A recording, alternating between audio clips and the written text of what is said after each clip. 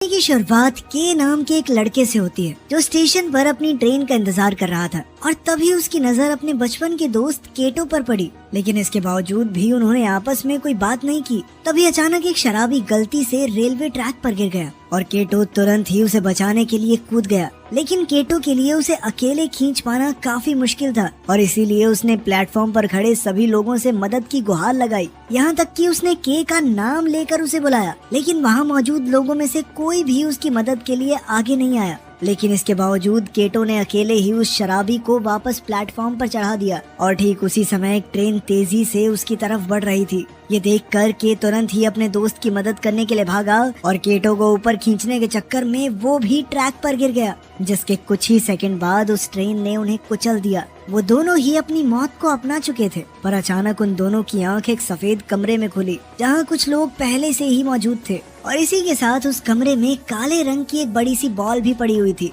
उन दोनों ने उस कमरे से बाहर निकलने का रास्ता ढूंढने की कोशिश की, लेकिन सभी खिड़कियां दरवाजे बंद थे और अब उन दोनों को समझ नहीं आ रहा था कि आखिर उनके साथ ये हुआ क्या है। तभी एक आदमी ने उन्हें बताया कि वो सभी लोग मर चुके थे और उन सब की आंख इस कमरे में ही खुली हैं, मानो ये कोई स्वर्ग या नर्क का कमरा हो। ठीक उसी समय उस काली बॉल से कुछ लेजर लाइट्स निकली और एक लड़की का शरीर बनने लग गया, जिस पर उस आदमी ने उन्हें बताया कि वो लोग भी इसी तरीके से वहाँ आए थे। उस लड़की ने कपड़े नहीं पहने हुए थे, जिस वजह से हिरोशी नाम का एक आदमी उसे गंदी नजर से देखने लगा, पर तभी केटो ने बीच में आकर उस लड़की को अपनी जैकेट से ढक दिया। उसी वक्त उस बॉल पर एक मैसेज दिखाई दिया जिसमें लिखा हुआ था कि वो सभी अपनी जिंदगी गंवा चुके हैं और अब उनकी जिंदगी का फैसला ये बॉल खुद करेगी। इसके बाद उस बॉल ने उन्हें ऑनियन नाम के एक अजीब से दिखने वाले जीव की तस्वीर दिखाई और कहा कि इसे ढूंढकर जान से मार दो। इसके बाद ही उस बॉल ने उन्हें कुछ बंदूकें और सूटकेस भी दिए, पर जब वो बॉल ये सामान देने के लिए खोली तो उन सभी को उसके अंदर एक आदमी बैठा हुआ दिखाई दिया